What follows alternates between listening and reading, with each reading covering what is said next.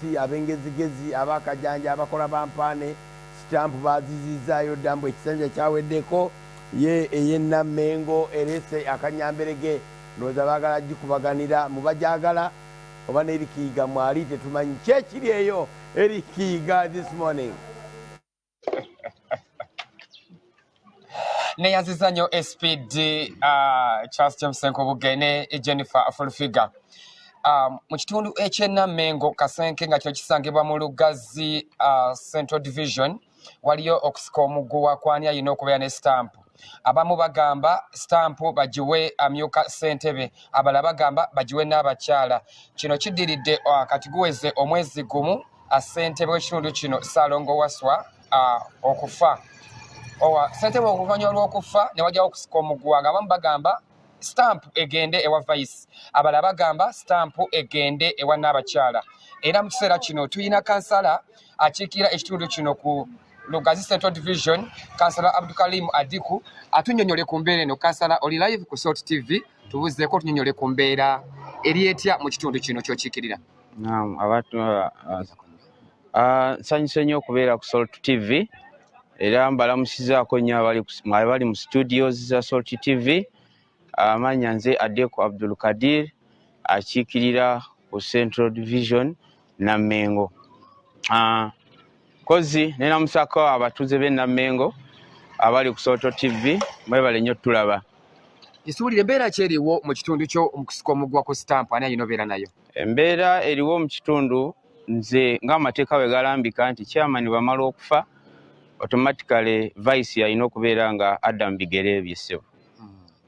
So kati kyekiriwo mu kitundu tuwulireko kyekiriwo mu kitundu kiseera kino? Ekitundu kibulamu okutereeza embeera eri wakati wa akakiiko chairman ke yalonda akapya n'akakiiko akakadde.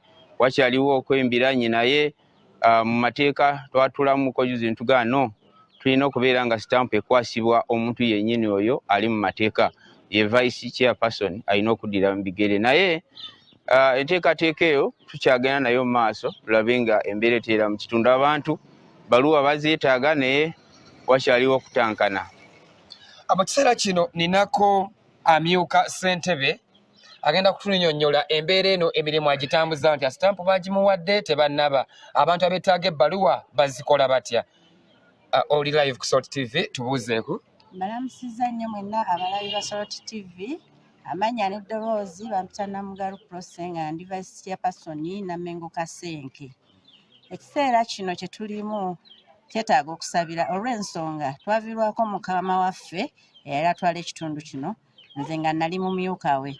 Kati mu mbeera gye twalimu nga tukyatambuza emirimu twafunamu butakkaanya n'omukulembeze eyatuva ku maaso nga tulinamu embeera y'okusikangana omuguwa mu kakiiko kaffe. Twasooka ne tuddako ebbali katono nga ffe abamu abaali takwatagana mu mbeera ze yali aleeseewo, then ne tusooka tutunula ekitundu nga bwe kitambula.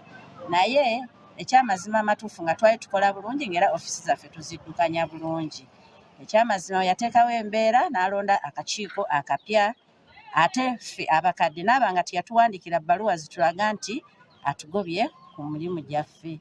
So naffe tetwawandikako ku bbaluwa zitulaga nti tukooye obuvunaanyizibwa bwaffe.